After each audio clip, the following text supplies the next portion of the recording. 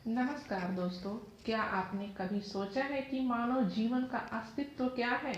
मानव जीवन ईश्वर की अनमोल देन है। क्या आपने कभी इसको गहराइयों से जानने का प्रयास किया है? हम इस जीवन को सिर्फ अपनी जरूरतों को पूरा करते करते बिता देते हैं। एक मनुष्य के लिए उसकी जरूरत क्या है? रोटी, कपड़ा और मकान, यही ना? पर यह असल सत्य नहीं है। आइए इस सत्य को एक धनवान सेठ की कहानी से समझने का प्रयास करते हैं। हर मनुष्य का जन्म इस धरती पर एक विशेष कारण से होता है, जिसे समय के साथ धीरे धीरे समझते चले जाते हैं। कई लोग अपने जीवन के सत्य को समझ ही नहीं पाते हैं, क्योंकि वे हमेशा नकारात्मक सोच ही रखते हैं। नकारात्मक और सकारात्मक सोच में एक विशेष अंतर है कि नकारात्मक सोच से समस्याएं पैदा होती है और सकारात्मक सोच से नए अवसर पैदा होता है। आइए जीवन के इस सत्य को एक कहानी के द्वारा समझने की कोशिश करते हैं। कहानी को जानने से पहले अगर आप चैनल पर नए हैं तो प्लीज़ चैनल को सब्सक्राइब करना ना भूलें, और ये कहानी आपको पसंद आए तो इसको लाइक जरूर कीजिए। एक गांव में एक बहुत बड़ा धनवान व्यक्ति रहता था। लोग उसे सेठ धनीराम कहते थे। उस सेठ के पास प्रचुर मात्रा में धन संपत्ति थी, जिसके कारण उसके सगे संबंधी, रिश्तेदार, भाई बहन हमेशा उसे घेरे रहते थे। वे उन्हीं के राग अलापते रहते थे। सेठ भी उन सभी लोगों की काफ़ी मदद करता था। तभी अचानक कुछ समय बाद सेठ को भयंकर रोग लग गया। इस भयंकर बीमारी का सेठ ने बहुत उपचार कराया, उसका इलाज नहीं हो सका। आखिरकार सेठ की मृत्यु हो गई। यमदूत उस सेठ को अपने साथ ले जाने के लिए आ गए। जैसे ही यमदूत सेठ को ले जाने लगे, तभी सेठ थोड़ी दूर जाकर यमदूतों से प्रार्थना करने लगे कि मुझे थोड़ा सा समय दे दो, मैं लौटकर तुरंत आता हूँ। दूतों ने उसे अनुमति दे दी। सेठ लौटकर आया, चारों ओर नजरें घुमाई और वापस यमदूतों के पास आकर बोला, शीघ्र चलिए।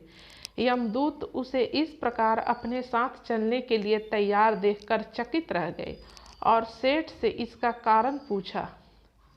सेठ ने निराशा भरे स्वर में कहा, मैंने हेरा फेरी करके अपार धन एकत्रित किया था, लोगों को खूब खिलाया पिलाया और उनकी बहुत मदद भी की। सोचा था कि वो मेरा साथ कभी नहीं छोड़ेंगे। अब जब मैं इस दुनिया को सदा के लिए छोड़कर जा रहा हूँ, तब वे सब बदल गए हैं। मेरे लिए दुखी होने के बजाय ये अभी से मेरी संपत्ति को बांटने की योजना बनाने लगे हैं। किसी को मेरे लिए जरा सी भी अफसोस नहीं है। सेठ की बात सुनकर यमदूत बोले, इस संसार में प्राणी अकेला ही आता है और अकेला ही जाता है। इंसान जो भी अच्छा या बुरा कर्म करता है, उसे इसका परिणाम स्वयं ही भुगतना पड़ता है। हर प्राणी इस सत्य को समझता तो है, पर देर से। जीवन की सीख, हम इस बात को अपने जीवन में भी देख रहे हैं।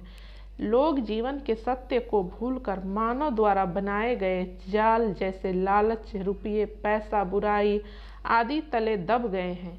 आप जो भोजन ग्रहण करते हैं वह पेट में 5 घंटे रहता है, जो वस्त्र पहनते हैं वह 6 महीने रहता है, लेकिन जो ज्ञान आप हासिल करते हैं वह आपके अंतिम सांस तक साथ रहता है और संस्कार बनकर आपकी अगली पीढ़ी तक पहुंचता है। ज्ञान का बीज कभी व्यर्थ नहीं जाता। जो है जितना है सफल करते चलो, सफल करने से ही सफलता मिलती है। हर व्यक्ति को सकारात्मक तरीके से देखो, सुनो और समझो। हम जितना ज़्यादा पढ़ते हैं, सुनते हैं, समझते हैं, हमें अपनी कमियों का उतना ही ज़्यादा एहसास होता है और इसी कमी को दूर करके हम सफलता की मंजिल की और अपने कदम बढ़ाते चलते हैं। क्या लेकर आया था जो क्या लेकर जाएगा, क्या लेकर आया था जो क्या लेकर जाएगा, कर कुछ ऐसा जाओ कि लोग तुम्हें याद रख जाएंगे।